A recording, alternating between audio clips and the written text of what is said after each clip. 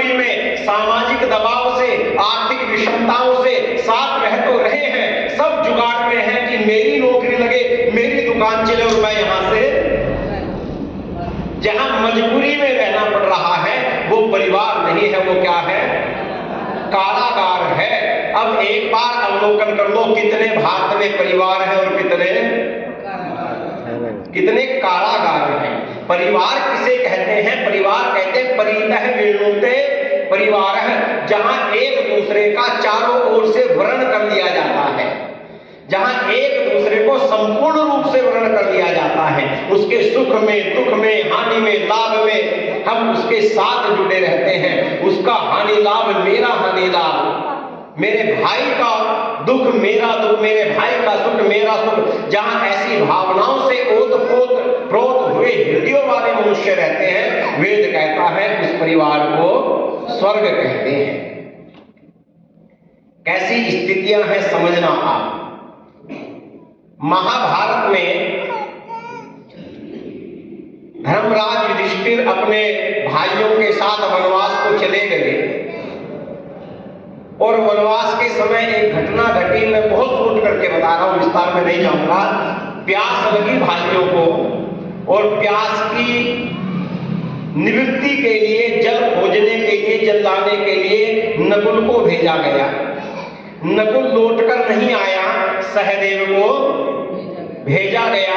सहदेव लौटकर नहीं आया, अर्जुन को, भीम को भेजा गया। और जब स्वयं धर्मराज युधिष्ठिर चल के गए तो देखा एक तालाब के पास चारों भाई मूर्छित पड़े हैं। अपने चारों भाइयों को मूर्छित देखकर हृदय द्रवित हुआ, परंतु पिपासा इतनी थी, लग रहा था कि मेरे भी प्राण निकलेंगे। और अपनी पिपासा की निवृत्ति के लिए धर्मराज युधिष्ठिर ने भी झुककर जल पीने की चेष्टा की। तभी आवाज आई, वही आवाज जो पहले चार भाइयों को भी आई थी। आवाज आई, यक्ष नामक एक प्राणी ने कहा, धर्मराज युधिष्ठिर, यदि तूने भी मेरे प्रश्नों का उत्तर देने से पहले जल पीने की चेष्टा की तो तेरा भी वही हाल होगा जो तेरे भाइयों का हुआ है। धर्मराज युधिष्ठिर थोड़े धैर्यवान थे, क्योंकि धर्म का पहला ही लक्षण क्या है? धृति है। धैर्यवान थे। थोड़ा रुके, देखा चारों को, आवाज पुनः आई, सुन लो, यदि जल पिया तो वही हश्र होगा जो तुम्हारे भाइयों का हुआ है। याद रखना मेरी माताओं, बहनों, आर्यभद्र पुरुषों, व्यास इस घटना को इंगित करते हुए महाभारत में अनेक ऐसी काल्पनिक घटनाएं हैं जो तुम्हारे जीवन के दर्शनों के प्रश्नों को खोलने के लिए वहां जोड़ी गई है।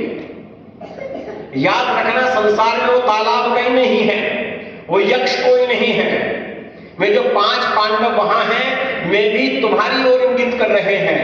इस पूरे संसार को भी सागर कहा है, भव सागर कहा है। इस भव सागर के किनारे पर इसमें पड़े हुए विषय वासनाओं के सुख के भोग रूपी जल को पीने के लिए हम सब पिपासु हो रहे हैं, आतुर हो रहे हैं। और ये भोग के लिए ही है संसार। परंतु वो बैठा यक्ष रूपी परमात्मा कहता है, अरे मनुष्यों, तुम पशु नहीं हो, तुम तो मनुष्य हो, बुद्धिमान हो। बड़े भोग योनों में भटक भटक कर इस मनुष्य योनि को तुमने प्राप्त किया है। यदि जीवन के गहनतम प्रश्नों के उत्तर खोजे बिना जल पीने अर्थात सुख भोगने की कोशिश की, इस संसार को भोगने की कोशिश की, तो ऐसे ही मूर्छित जियोगे जैसे ये पड़े हैं। इसीलिए यजुर्वेद के प्रथम अध्याय के 5वें मंत्र में प्रश्न ही किए गए हैं, कस्त्वायुक्ति, सहत्वायुक्ति, कस्मैत्वायुक्ति, तस्मैत्वायुक्ति। और ये भी छोड़ दीजिए, जब आपके घर में, जब आपके आंगन में पहली बार कोई संतान किलकारी मारता है तो जातकर्म संस्कार में और नामकरण संस्कार में पिता उस नवजात शिशु के नासिका से निकली हुई प्राण वायु को छूते हुए उसे क्या देता है? आशीर्वाद नहीं देता। उसे क्या देता है? धन नहीं देता। उसे क्या देता है? प्लाट के कागज भी नहीं देता। उसके कान में फूंकता है प्रश्न, को असी कतमोसी कस्यासी को नामसी। याद रखना, मनुष्य की योनि में पैदा हुए हैं। इस संसार के, इस भव सागर के तट पर इस भोग को भोगने से पहले जीवन के प्रश्नों का उत्तर खोजना पड़ेगा। ये इंगित करती है ये घटना। पूछा युधिष्ठिर ने, समझ में तो आ रही है ना बात? पूछा युधिष्ठिर ने, बोलो क्या पूछना चाहते हो? अनेक प्रश्नोत्तर हुए वहां, मुझे केवल गृहस्थ पर बोलना है। अनेक प्रश्नोत्तर हुए, उनमें अंतिम 4 प्रश्न किए यक्ष ने, और 4 प्रश्न करते हुए पूछा, कह मोदते किम आश्चर्य, कह च पंथा का च वार्ता, माम एतान चतुरान प्रश्नान कथित्वा जलम पिबह। बस उन्हें सारे प्रश्नों के उत्तर दे दे युधिष्ठिर, अंतिम 4 प्रश्नों के उत्तर दे दे। मुझे ये बता, कह मोदते, इस संसार में सुखी कौन है? अच्छा बताओ, हम सब क्या चाहते हैं? दुखिया सब सुख चाहते हैं। दूसरे को कष्ट भी इसलिए देते हैं कि मुझे सुख हो जाए। कहते हैं यक्ष की ये बता, कह मोदते, इस संसार में कौन सुखी है? किम आश्चर्य, इस संसार का आश्चर्य क्या है? कह च पंथा, मार्ग कौन सा होता है? काच वार्ता, और वार्ता किसे कहते हैं? बातचीत किसे कहते हैं? याद रखना, सुबह से शाम तक हमारी जीभ थकती नहीं है, जीवा रुकती नहीं है। इधर की बातें, उधर की बातें, इसकी चुगली, उसकी चुगली। ये भी विषय उठाया है महाभारत में कि बातचीत किसे कहते हैं। ये बातचीत थोड़ी है जो हम कर रहे हैं। कहता है यक्ष की बता, कौन सुखी है?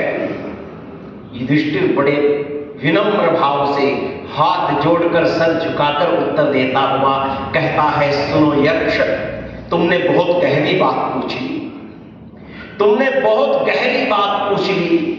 कौन सुखी है, ये बहुत गहरी बात है, और इसके अनेकों प्रश्नों के उत्तर दिए जा सकते हैं, अनेकों बातें कही जा सकती हैं, परंतु मैं तुम्हें निचोड़ कहता हूं, निचोड़। कौन सुखी है? ये गृहस्थियों के लिए है। कौन सुखी है? आज से 5000 साल पहले इस धरातल पर ये प्रश्नोत्तर हो रहे हैं, और आज भी कितने प्रासंगिक हैं, तुम्हारा हृदय हिल जाएगा आगे उत्तर को सुनकर। कहते हैं युधिष्ठिर, तो सुनो कौन सुखी है? पंचमे अहनी षष्ठे वा शाकम पचती स्वगृह। अहनी कहते हैं दिन को, अह कहते हैं दिन को, बहुवचन में। पंचमे अहनी षष्ठे वा, 5वें या 6ठे दिन शाकम पचती स्वगृह, अपने घर में सब्जी बनती हो। आहा, हृदय की गहराई से